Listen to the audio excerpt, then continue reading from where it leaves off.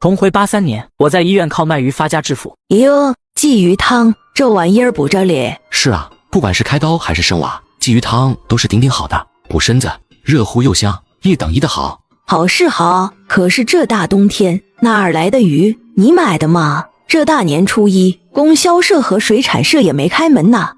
我自己抓的，我自己下的鱼篓，抓了好久。这天这么冷，我可吃了不少苦头。媳妇生娃要补身子，不然这么冷的天，我哪能下河呀？这冬天鱼可不好抓吧？你可真疼媳妇啊！大娘，鱼的确不好抓，但是绝对是给我媳妇吃的。瞧您熬的鸡汤，想来家里也是有人动手术要补身子吧？那鲫鱼汤可是最好的汤了，我这鲫鱼也有的多，您要是想要，我可以卖你2条，咋样？大娘眼睛亮了起来，自家老头子年前摔了一跤，伤到了骨头，医生说年纪大了只能好好养着，于是这3天2头熬鸡汤炖骨头汤，可心里总怕是漏了缺了。再一瞧见谢昭熬的鲫鱼汤，他心思一下子就活络起来了。你这鱼卖多少钱一斤呀？大娘，我也就是自个儿吃，多了才拿来卖，你要是要，就给我2块钱一斤，咋样？2块钱一斤，这年头大肥膘猪肉也就是1块8，不过这是冬天，鲫鱼卖这个价格倒也合理。得，那你现在就给我抓2条，要是我家那老头吃了好吃，明儿个我还要2条。您是第一个顾客，您先挑。大娘毫不客气，选了2条最大最肥的放进了自己带来的盆里。这要咋成？谢昭却直接伸手将鱼抓在了手里，他掂了掂又换了1条，之后放进盆里，对大娘笑道：这2条鱼一共3斤6两，您要是不信，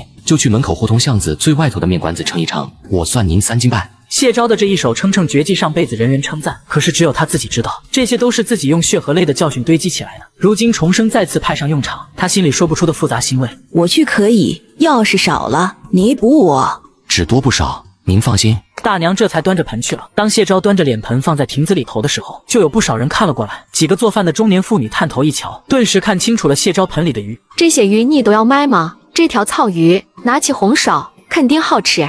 卖，全都一个价，2元一斤。做买卖就是这样，凑热闹再加上奇货可居，人一下就多了起来。一群人顿时挤了过来，探着脑袋抢。不远处，大娘端着盆子跑了回来，肩膀上落了雪，脸色也有些红，兴奋又惊讶。哥，你们说他神不神？3斤6两，那真是1两没多1两没少。嘿，我活了大半辈子，还第一次瞧见手这么准的力。周围一圈人都惊讶的不行，这么年轻手头这么准，怕是那些做了半辈子生意的都做不到。谢昭只是笑，顺手接过别人递过来的鱼，掂了掂，这条1斤3，您不放心就回家去过个秤，只多不少，要是少了我就双倍补。众人顿时心里头快活，这小子是个会做生意的。那边大娘已经掏出钱递了过来，说好算我3斤半啊！你看看，7块钱，不少你的。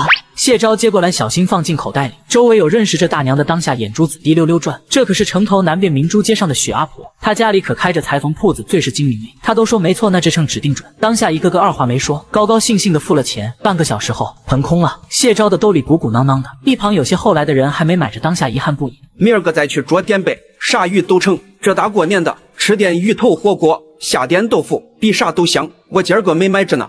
成，我今天晚上回去就捉，明个一大早送过来。你们中午保准能吃上。谢昭回到病房的时候，田秀芬正趴在床边打盹。他看了一眼窗外，已经7点了，天色暗沉了下来。我要回去一趟，明天早上过来。现在吗？外头太冷了，你刚来没一会儿，又要回去，山路天黑难走，你一个人。不用担心我，这是卖鱼的钱，一共是27块6毛钱。你，他半天没能说出完整的句子。外头巷子里靠外的一家，门口有一张8仙桌的那户人家，他家里可以买着吃的，你不能出去，就喊人给你带，左右给几毛钱跑腿费就成。钱我会挣，你和妈亏什么都不能亏了身子。冬天里头冷，最容易伤身体，可千万别饿着。林沐雨怔怔然盯着被塞进手里的20元钱，他的眼眶不知道什么时候有些湿润。这1年来，他掉了太多次泪了，他还以为自己早就流干了眼泪。可是今天这20元钱被塞进自己手里的时候，当谢昭用那样关怀温柔的眼神看着自己的时候，他却再也忍不住了。我明天早上就回来，别哭了。谢昭轻声道，伸出手拂去他的眼泪。2个小时的风雪山路，谢昭回到家才发现这屋子太贫穷太冷清了。得挣钱啊，不然到时候沐雨和孩子回来住在这样的环境里，对身体肯定不好。谢昭转身将鱼篓拿出来，继续下河摸鱼。谢昭嘴里叼着灯，双手拿着鱼篓，沉着冷静，找准时机，猛地一捞，每一下都有2、3条鱼。过了好一阵，谢昭才上了岸，他冷得牙齿发抖。谢昭准备往回走，他又是一愣，好多荠菜啊，还是那种原生态的，比上辈子的那些人工养殖的好多了。谢昭心里有了主意，打算第二天早晨现挖现卖，拎着2大个沉甸甸的鱼篓就往家里走。翌日6点天色亮起，谢昭起床稍稍活动了一下，他还记得昨晚上发现的那块野菜地呢，找了把小锄头转身就出门了，一路到了昨天夜里来的野菜地。他蹲下身子仔细辨认了一下，心里头一阵欢喜，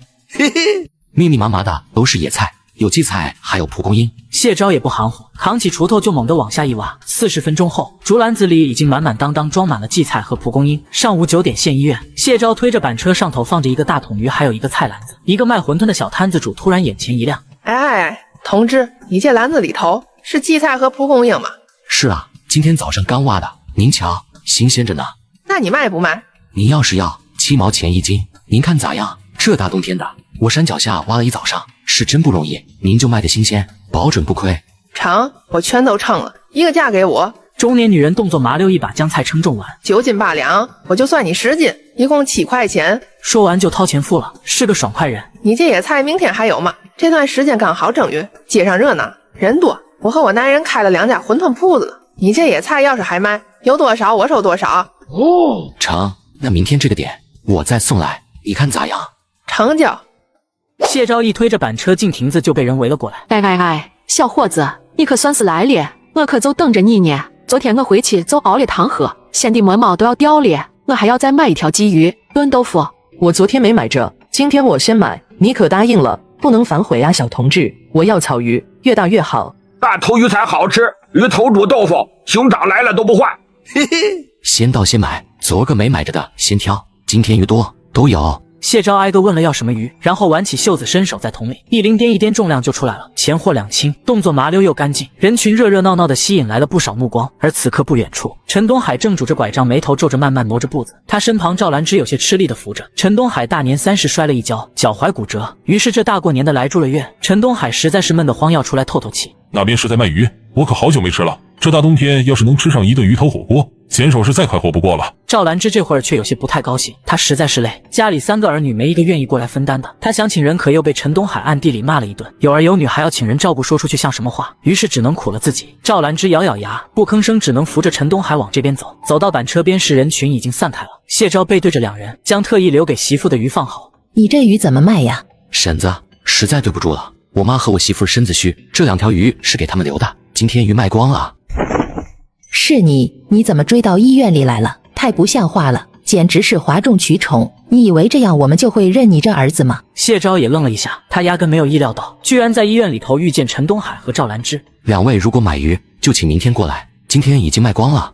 你又在玩什么把戏？为了堵我们，追到医院里来，你怎么变成这样了？陈东海眉头拧着，一言不发。身为商人，察言观色是他的强项，不同的是那一双眼。这1年来，他们每次见到谢昭，都被他眼里浓烈的不甘和埋怨吓一跳，因此也越发厌恶和排斥。然而现在，他看着自己和妻子，眼睛干净澄澈，只有淡淡的疏离和冷漠。此时此刻，他就这样站在自己的面前，孤傲强大的像是一匹野狼。走吧。干嘛要走？你不是说你卖鱼吗？这2条鱼就卖给我好。阿姨，这2条鱼我不卖，我媳妇生了孩子，我妈在医院里照顾，这2条鱼是要带给他们补身体的。给媳妇儿和他妈补身体，他妈妈这个称呼第一次在谢昭的嘴里听见。赵兰芝的心里头像是被什么东西狠狠捏了一下，又酸又胀。这又是什么新把戏？前天才见了面，今天你孩子都出生了，我怎么不知道？赵兰芝说完，谢昭还来不及搭腔，就听见身后传来一道有些熟悉的声音：“哎呦，你在这儿呢？咋才来呀？你媳妇儿和你妈做了饭在等你呢。你俩已经被推到病房里头了，你还不去看看？”“孩子被推出来了吗？”“是啊，我瞧见了，头发乌黑乌黑的，就是瘦了些，真是顶顶漂亮哩。”谢昭这下算是缓过来了，他龇牙一笑，赶紧拎着篮子和土就朝着病房跑，眨眼间就不见了人影。身后赵兰芝和陈东海也愣住了。他媳妇儿真的生了孩子吗？哎呦，那可不是吗？他媳妇儿命好呀，生了俩女啊，他一点不嫌弃，家里头婆婆也是个好相处的，照顾起来真是尽心尽力。这小伙子是我见过最能干、最会心疼人的了。媳妇儿一天吃好几顿，鸡蛋鱼肉都供着。他对他妈那也真是一等一的好。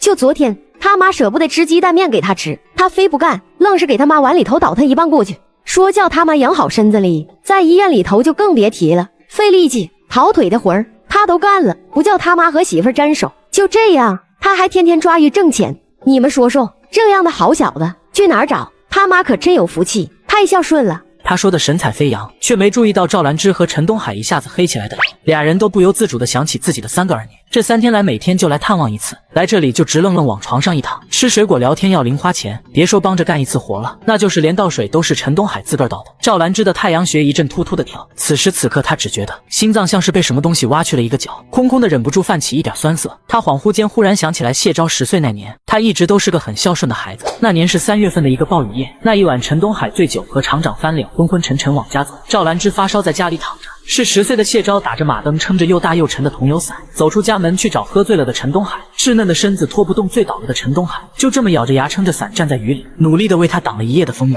往事浮现，赵兰芝忽然就有些恍惚。到底是从什么时候开始，他那么厌恶谢昭，认为他的一切都是别有用心了呢？谢昭拎着木桶和菜篮子进来的时候，一眼就瞧见了正抱着孩子喂奶的林沐雨。听见声音，他下意识扭头看过来，等到看清楚站在门口的谢昭时，他一顿整张脸爬满了红晕。小护士还在认真地教他，这样把小娃娃往上抬一抬，要整颗含进去，可不能吸一半，不然你可要遭罪了。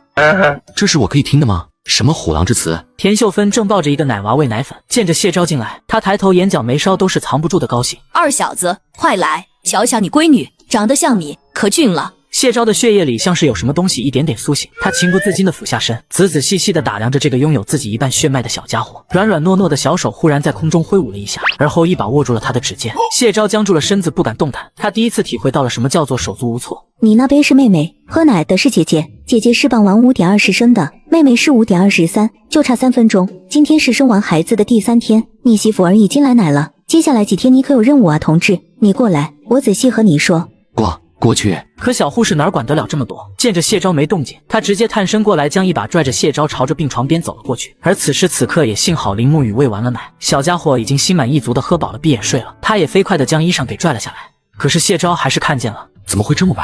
谢昭脸皮像是火烧了一样，他僵硬的站在了林沐雨面前，两人一下子视线都不敢交汇，低着头好笑极了。头志，你俩咋回事？是不是合法夫妻啊？绝对合法。你家情况特殊，有些话我就多说些。头志，你可别不高兴，我这都是为你好。我知道，同志，您放心，我指定认真记着。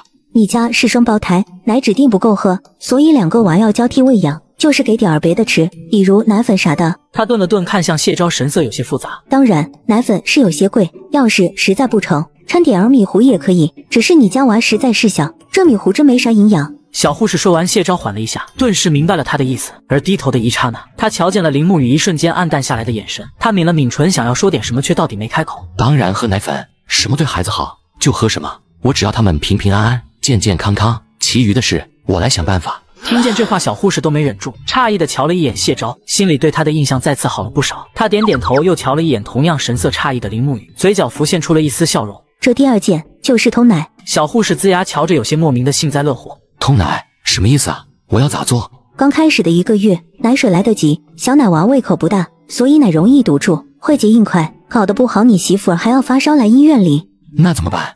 所以就要偷奶啊，娃喝不通，你来喝，堵起来的话你帮着吸一吸就成了，很简单。要注意的基本上就是这2点，其余的关于小娃照顾的方面，我已经和你媳妇儿说过了。头志，你可要记得呀，千万别让她堵奶发烧了。谢昭已经不记得自己是怎么点头，又是怎么送走小护士的。他头皮发麻，讪讪对着林沐雨笑了下。你放心，肯定有别的法子，大不了请医生，请产婆，怎么也轮不到我。林沐雨低着头，脑海里却还在反复回想着刚才谢昭和自己说的话，鼻尖有些发酸。他沉默着低下头，盯着自己的手，这双手老茧不满，斑驳难看，他自己都瞧不下去，更何况谢昭。明天出院了，回去把你妹小时候穿的衣裳拿出来改改，刚好扯了当尿布。2个娃，你们俩指定照顾不方便，不然回来住着。你小妹不念书，在家待着也没事儿，刚好可以帮着带娃，洗洗衣裳，喂奶，啥活都能搭把手。要是你俩不乐意也没关系，妈带着小妹儿去跟着你们住也一样。妈，我当然乐意了，就是辛苦了你和咱爸。大家伙儿都来评评理，这宫中的钱那可都是大家伙儿一点一滴攒出来的。他谢老二家倒好，儿媳妇生个娃要了30块，日子没法过了，这家必须分。咱们这些土里头刨食儿的，一年能有多少？他真是黑心肝坏心肠的家伙，我不活了呀！大娘，你怎么乱说话呢？之前是我爸温爷奶借的，是要还的，你怎么能上下嘴皮子一番，说的这么难听？我后天就去矿上，这钱我来还。话说的好听，还？你用啥还？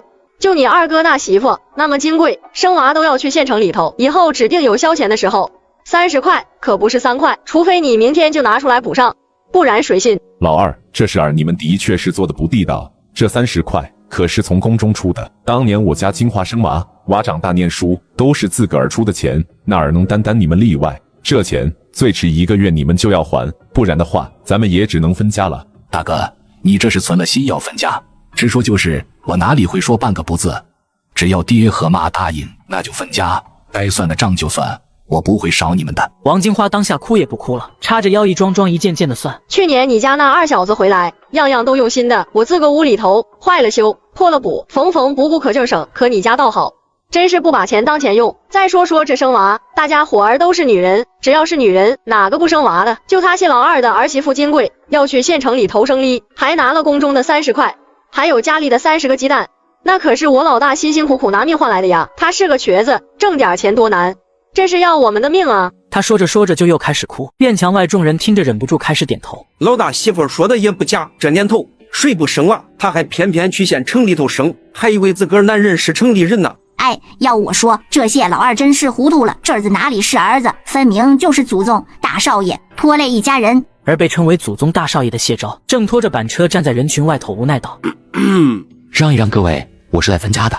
你咋回来了？你妈和你媳妇呢？明天出院，我今天把东西送回来。这是我在供销社买的，等会儿放到屋子头，别受了潮。别添乱了，先进去。谢昭却摇摇头，他看向了王金花，声音不卑不亢，甚至带着点笑意。分家，大伯母，你说了不算吧？爷爷奶奶呢？同意了吗？爹妈，你们咋还不出来？没一会儿，老谢头和郑桂娥出来了，两人一声不吭站在了王金花的身后，显然表明了态度。爷爷奶奶来了也好，那分家就分得清楚，可别分完了又说我买的东西成大伯母家的了。刚才我在院子外头听见大伯母说宫中的钱惦记着我爸从里头借的30块，怎么着？这钱里头难道没有一半是我家给的？再说谢谢，自打三叔离家出去，小姑结婚之后，这家里就我们俩家交公中。可大伯母要不要算算我们家几个劳动力？你家又有几个？这宫中的钱到底谁交得多？谁又吃亏吃得多？谢昭这么一点，院子外头的村民们立刻就想起来了。老谢头家3儿子早早就搬出去了，小女儿又结婚嫁到了外村，只留下了老大老二两家交公中。可老大家就大儿子谢青龙一个劳动力，可他还懒得要命。谢有顺更是瘸了腿，下地都困难。再看谢老二家，谢有振会做木匠活，谢成又是个下矿的好手，田秀芬那鞋底做不鞋，这家里头谁交公中多少一眼就瞧清楚了。再说生娃，我媳妇双胎难养，这是常识，大伯母没有就算了，可是长了嘴总能问一问。谢医院里头说我媳妇再去晚些，大人小孩都保不住。要是我孩子出了事儿，谁负责？家里还是你，不是自家娃不心疼，就算是生了女娃又咋样？主席说妇女也能顶半边天，各位婶子大娘也都是妇女，怎么你们还瞧不起女娃？女娃的命就不是命了。哼，啥不把女娃当人看？我可没说这话，反正这是你爷爷定下的规矩，宫中的钱你们就得还。还可以，但是既然要分家，那就把这钱摊开了分，我只还一半。爸哥，这分家该怎么分？我没谱，但是宫中的钱是我借的，那就我来还。谢昭说完，伸手从口袋里掏出钱来，这是今天自己卖鱼和野菜挣的。谢昭抽出15元递给了王金花，见后者没接，他笑盈盈道：怎么，大伯母是想按照人头来还？那好啊，我家出了3个劳动力，你看。王金花瞪大眼，几乎是本能反应，赶紧伸手接过了那钱。她震惊自己刚才瞧见的那幕，厚厚的一大叠钱，居然还有一张大团结。这是你自个挣的钱，那你怎么不交公中？咱们现在还没分家呢，这钱我们老谢家也有一份，你爷爷奶奶还在这里呢。大伯母怕不是忘了，我可是早就分家出去了。院墙外头的村民们也都想起来了，早在结婚的时候，谢昭就带着老婆搬到河滩那边去了，可不就是分家吗？爹妈，今儿个这家是一定要分吗？老二，你能吸，有本事让你大哥成不？好，那就分家。分家闹哄哄的，时不时能够听见王金花哭天抢地的争吵声，院子里闹哄哄的一片。而谢有振心里冷冷的，连带着的眼睛都有些胀胀的疼，直到一根烟递到了自己的面前。爸，抽根。他刚才喊我啥？爸。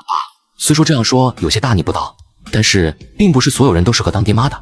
爷爷奶奶偏心，你心里比谁都清楚。骗自己手心手背都是肉，可肉也有厚有薄，有好有赖呢。谢有振身子刹那间僵住。爸，别难过了，分家了也没啥，咱们一家人好好过日子，比啥都强，你说对不？男人之间的安慰不需要太多煽情的话。谢有贞的身子终于松软了下来，他长长的舒了口气，黝黑的脸上浮现出笑容。是啊，一家人把日子过好，比啥都强。许多东西是我自个做的，老大可不能分走。我去盯着。6点，随着砰的一声分家结束，院子里原本留了个门和老大家互通的，这会儿也被谢田用破木板给堵上了。当强盗也没这样的，那是我爸做的桌子板凳，咋说不给就不给那，太过分了。谢成和谢有贞脸色也不太好看。也不怪他们不争，实在是王金花太泼辣，早早预备了要分家，将值钱的玩意儿全都锁在了自己的屋子里。谢田要进去瞧他，直接就躺在门口，一哭二闹三上吊，撒泼打滚喊杀人。分家分得一肚子气，谢田气得都哭了。谢成也黑着脸不吭声，直到一股子香气儿顺着冷冷的风送进了自己的鼻子里。什么味儿？好香！转身就看到谢昭用2个泥瓦炉煮着东西，一层肥油就在锅里头咕嘟嘟响着。那香菇丁、瘦肉末，还有那一把翠绿绿的小葱花，他们什么时候见过这么奢侈的吃法？谢昭拿起一个大海碗就捞了一碗出来，又从另一个锅里舀了一大勺肉末盖在了上面。爸，吃面了，大哥小妹，快来，吃饱了，咱们才有力气挣钱，才能顿顿吃肉。顿顿吃肉，3人打了个哆嗦，他们那真是做梦都不敢想。另一边院墙里头，王金花和谢有顺眼珠子都直了，这败家玩意儿，老二也太不孝顺了，不给咱们吃就算了，怎么连爹妈也不端一碗来？等着吧，明儿个金龙回来了，也叫他给你买几斤肉。吃肉咋了？谁还吃不起似的？他说的大声，院子这边都听见了。谢田哼了一声，骂了一句：“3下5除2，酱面吃完了。”几人吃完又收拾了一下东西，天色黑了下来，屋子里头这才亮起了一盏昏暗的煤油灯。说吧，你的钱从哪里来的？二小子，咱们可以没钱，可不能去偷去抢。你是不是又去陈家做干儿子了？别的不说，你哪来的奶粉？我在供销社见过，5元钱一袋呢。我后天就回矿上，挣了钱给你，你拿去还回去。二弟，我知道你不想待在谢家，可是陈家你也能去了，拿这些钱穷志气，不知道。谢昭忍不住抬头看谢成，看这个上辈子他最愧疚的大哥，这大哥是真的对自己好。大哥，这钱是我挣来的。他喊我大哥了。谢成的手抖了一下，眼睛微微瞪大看着谢昭。啥？你说这些钱是你自己挣来的？谢昭忍住笑，他点头将自己捉鱼卖鱼还有野菜的事情全都说了一遍。冬天鱼类的行情好，医院里鲫鱼比较好卖，再加上是年关，家家户户都舍得，所以才能挣这么多。野菜也是一样，冬天里荠菜少，所以馄饨摊子全都收，等再过1个月野菜全都冒出来了，就不止这个价了。鱼和野菜这么值钱哩，我咋不知道？你不知道的事情还很多呢，以后我慢慢教你。这二哥怎么好像有什么地方不一样了？这要是以前，他指定不搭理我，再要么就是笑话我是个土包子。可刚才他说以后再教我没听错吧？谢成和谢有贞这会儿震惊的半晌才缓过神来，挣钱是这么容易的事儿吗？70多块，他们要好几个月才能挣到。没等2人继续说什么，谢昭就已经起身。大哥，爸，我得去抓鱼了，明个我还得去县城里呢。我们一起去。既然能挣钱，那就一起去，多俩人也是好的。成，明个多放2桶鱼，挣着钱了就买肉，咱们天天吃肉臊子面。我去摘野菜，我认识可多野菜了，知道哪里有。大河边，谢有贞不愧是老把式，哪里鱼多哪里鱼少他们儿清。他这会儿手里拎着一个渔网。老大，你拉到那边去，拽紧了，千万别松手。二小子，你去赶鱼，那边有根竹竿，站在岸边别下来，水里头冷，别冻着了。谢昭知道这是谢有贞在心疼自己，他点点头，拎着竹竿就往上游跑。谢昭拎着马灯，找准地方一竿子抽下去，鸡尾又大又肥的鱼儿被竹竿惊得飞快往下游走。半个小时后，他对着谢成和谢有贞喊道：“大哥，爸，收网。”谢有贞赶紧拎着渔网就往回走。老大，拎紧了，这一网收获绝对不少啊！下一刻，他和谢成2人合力拽着沉甸甸的渔网上了岸，入目简直是一片白，耳边都是尾巴吧嗒吧嗒的声音。赶紧放桶里去，明个拿去卖，活鱼才能卖得上好价钱。3人动作很快，1个多小时后，满满当当3大桶鱼出现在了3人面前。乖乖，这得多少钱？走吧，再拉一网。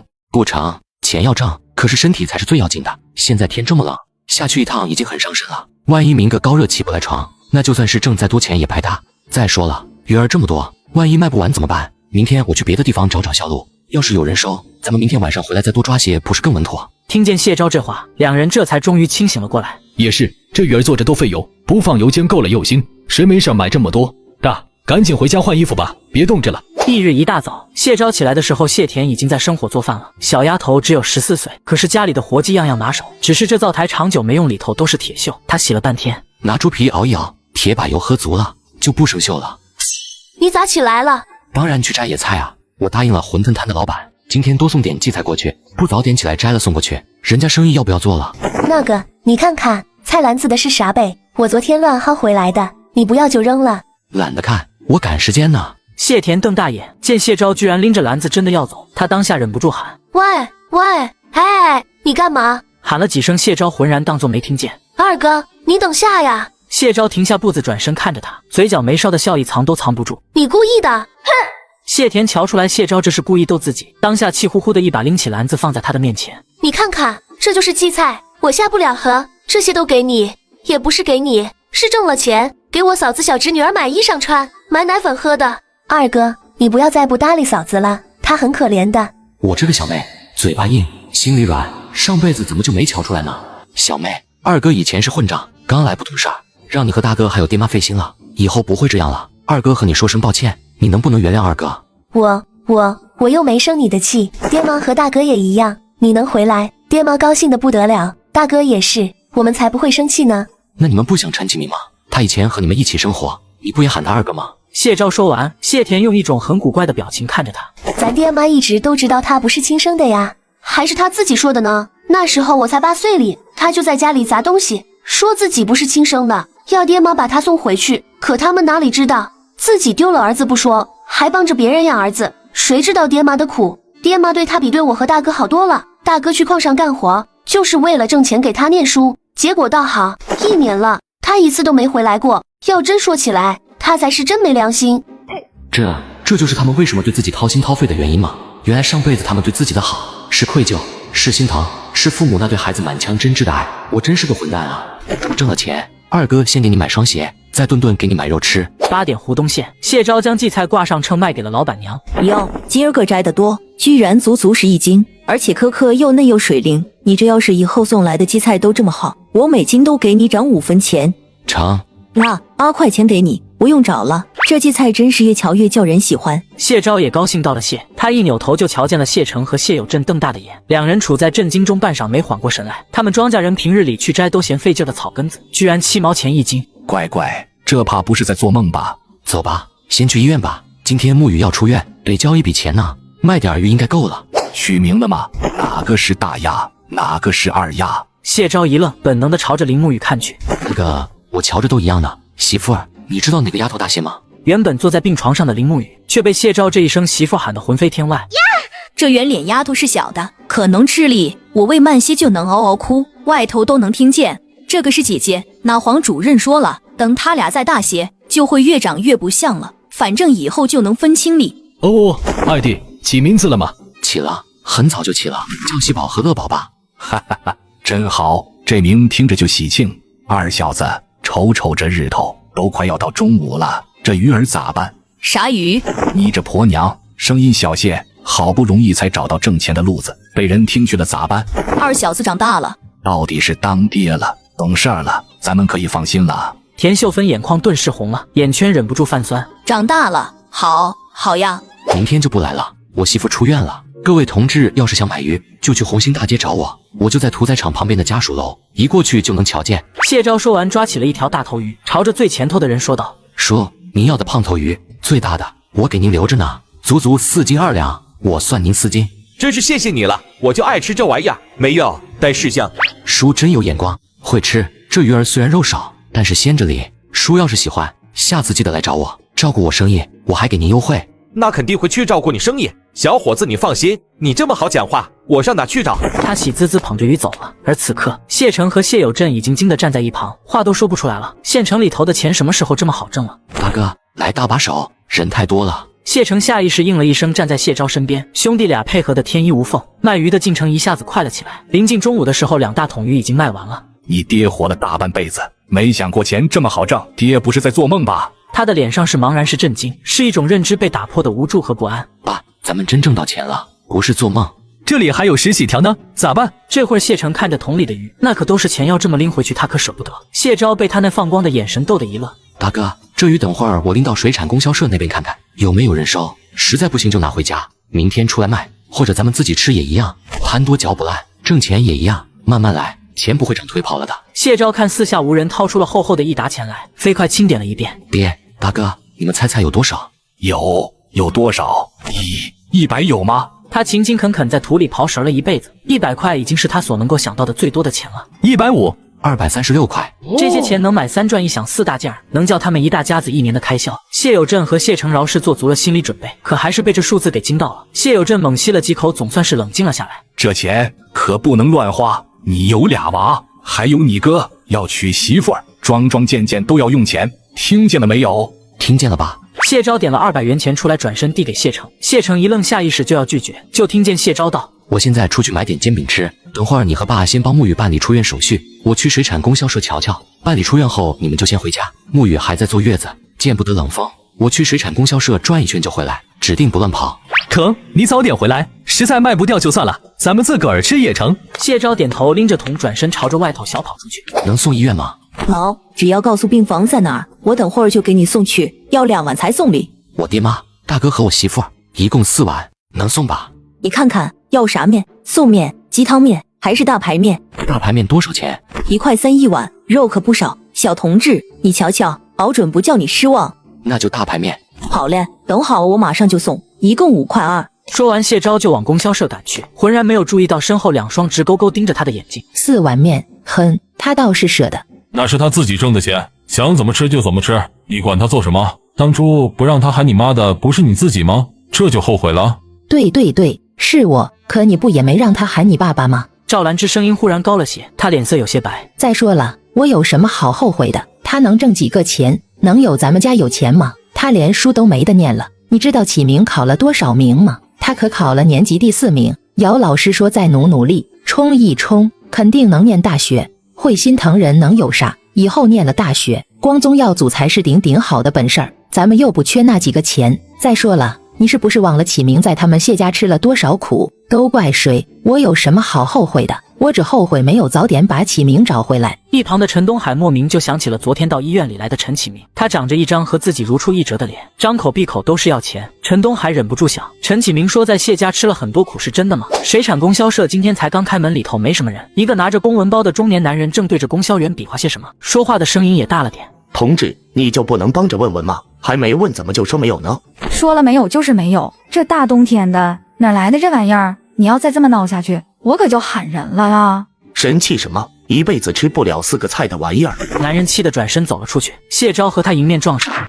对不住。男人赶忙道歉。谢昭眼神飞快在他的身上打量了一遍，这一身下来没有100块可拿不下。这人有钱，而且大概率是来做生意的。谢昭心里下了定论。没事，大哥，你慢点倒是真的。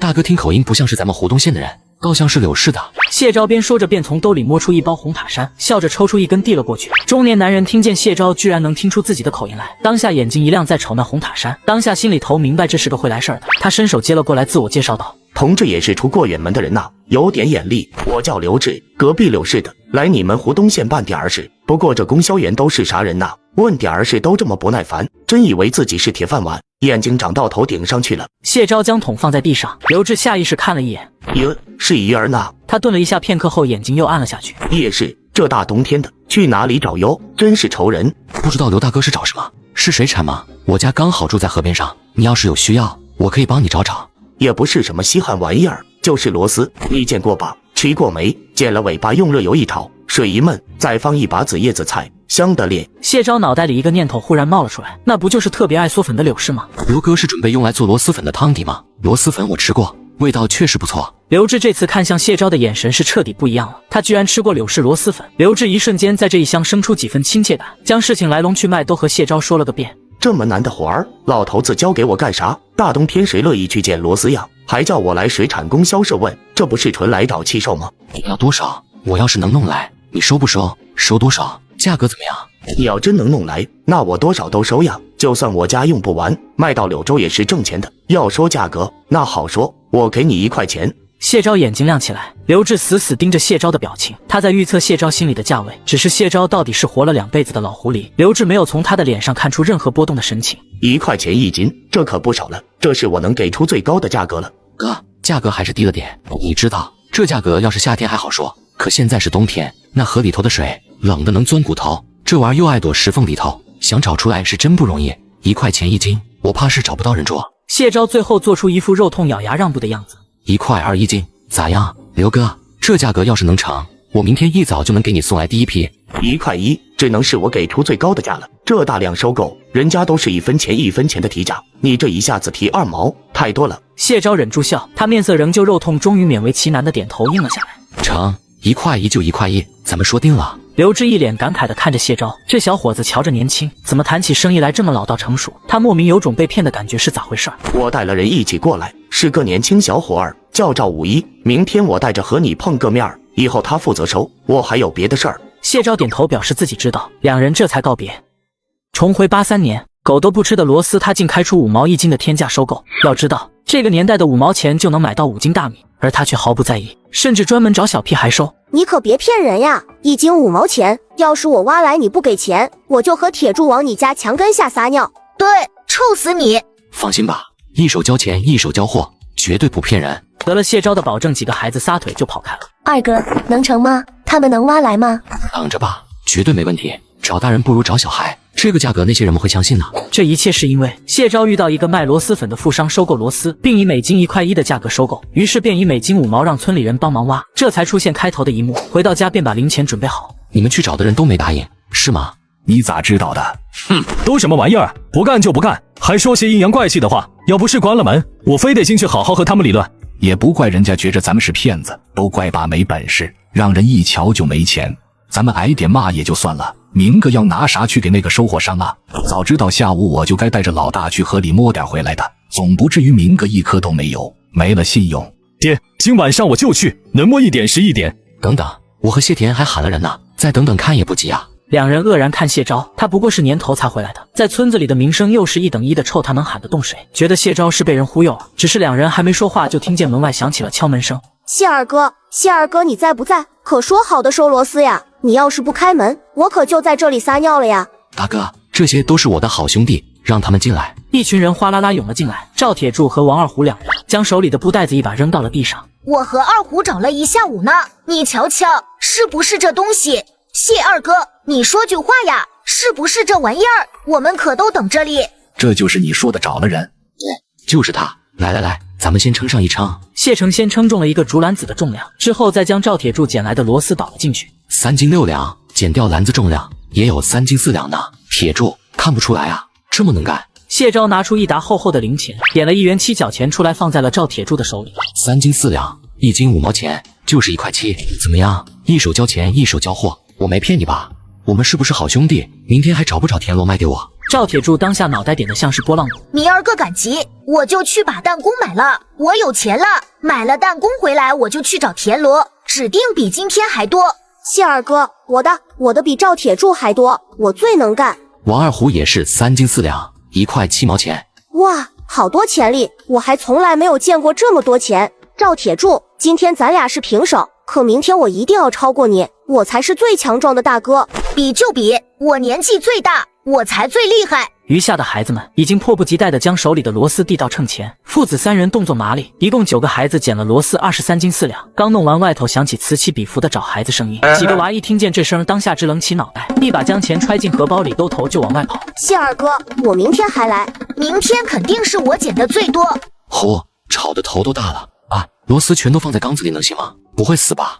哪能呀，这是冬天，没那么容易死，而且这玩意儿压秤，放缸里头也没那么多。谢昭这才放心。田秀芬端了一个大瓷盆过来，是满满当当的红薯粥。他又从腌菜缸里抓了一碟子腌菜出来。谢田顿时苦了脸，妈，咋又吃这个呀？吃的我人都要酸了。我不爱吃，我就喝白粥。他端了个碗打了一碗粥，气呼呼的蹲墙边吃去了。才吃了2天好食就吃不下这些了，就算挣了钱，那也不是这么花的。以后咱们家就中午一顿吃点精细凉河肉，晚上和早上还得喝粥。谢田瞪大眼，可又不敢反驳，只能可怜巴巴的扭头看向谢昭和谢成。可两人这会儿也明显不敢撞枪口，而谢昭现在却盯着盘子里的咸菜咽口水。这小菜他可真是想了足足几十年。谢昭端着粥夹起，叫头放进嘴里，一口接一口，甚至连多余的话都没说。谢昭这模样落在了田秀芬的眼里，简直叫他差点鼻酸的要落泪。瞧瞧，老二多么懂事，多么能吃苦，这几天拼了命的挣钱给家里买肉买米面，先笑我为了省钱喝粥吃腌菜，他居然还吃得津津有味，半点没有抱怨。明天赶大集，我去买点猪骨头回来，再买点排骨给你们补一补。他这没有来的一声，让院子里的几人齐刷刷抬起了脑袋。妈怎么忽然变大方了？入夜刚吃完饭，谢成和谢有振就拎着竹篓子出门去了。谢昭准备跟着出去，却被田秀芬一把拉住了。你去干啥？我去捡螺丝呀，挣钱呢。你不看看你自个儿是啥情况，你就跟着去。你媳妇儿今天刚回来，再挣钱也不着急这一会儿。今晚上去陪陪她，帮着带娃，总不好叫人寒了心。女人生了娃，才是最需要你的时候，那可是鬼门关。她为了谁？当真是为了2个孩子吗？那还不是喜欢你，为了你才生的。你媳妇儿又和别人不一样，说是嫁过来，和卖过来有啥两样？她可是要跟你一辈子的呀，你得多陪陪她，对她好一点，听见没？卖过来什么意思啊？他正准备去问，却看见田秀芬已经走了。谢昭有些愕然和心虚，关于上辈子的记忆就像是压在箱底发霉的衣裳，脑袋里还是一团浆糊。不过还是推门进了屋。你怎么来了？小妹不是说你要和他们一起去找螺丝吗？我来陪你。林沐雨惊讶看了他一眼，他什么时候这么贴心了？但是心里却是压不住的欢喜。乐宝太能吃了，妈说这样下去非得吃成小胖妞。喜宝爱哭，性子也倔，喂得晚了他就闭着嘴不肯张开，也不知道像谁。像我，和我说说你的事儿吧，从出生开始说起，我想听。我的事情没什么可说的，大家都知道了。你要是想听，我讲一讲也没什么。10岁那年，爸爸抛弃了我和妈妈，带着弟弟跑了。母亲生弟弟时留下后遗症，遭受打击后一病不起，在我13岁的时候就走了。我被村长家收留，直到16岁时，村长就开出高价的彩礼把我嫁出去。直到嫁给你后，我以为日子会好的，可是我以前也会不甘心，但是现在见着喜宝和乐宝，却又觉得这世界上没有人比我更幸运了。他侧头看了一眼谢昭，嘴角抿起露出了2个浅浅的。谢昭却只觉得胸腔里翻涌着什么东西。居然是这样，他到底经历过什么样的过去？谢昭此时此刻想起自己之前的所作所为，恨不得狠狠给自己2巴掌。只是还没等他开口说话，谢昭，对不起，当初我身不由己，婚姻大事我也做不了主，我耽误你一辈子了。他是怎样的剜心才能说出这样的话？谢昭，你真不是人！谢昭猛地朝着林沐雨走了过去，他愕然吓了一跳，几乎是本能的往后缩了一下。可是下一刻，谢昭用力抱住了他。你没有耽误我，是我不懂得珍惜，是我当初瞎了眼，不知道什么才是最好的。以后我们就是一家人，我和孩子永远都不会离开你。我在哪里，哪里就是你永远的家。林沐雨的耳边是嗡嗡的耳鸣声，他眼眶忽然就莫名的发酸。他为人妻为人母，像是商品一样被人推来推去。可如今他有家了，谢昭，他说是自己的家。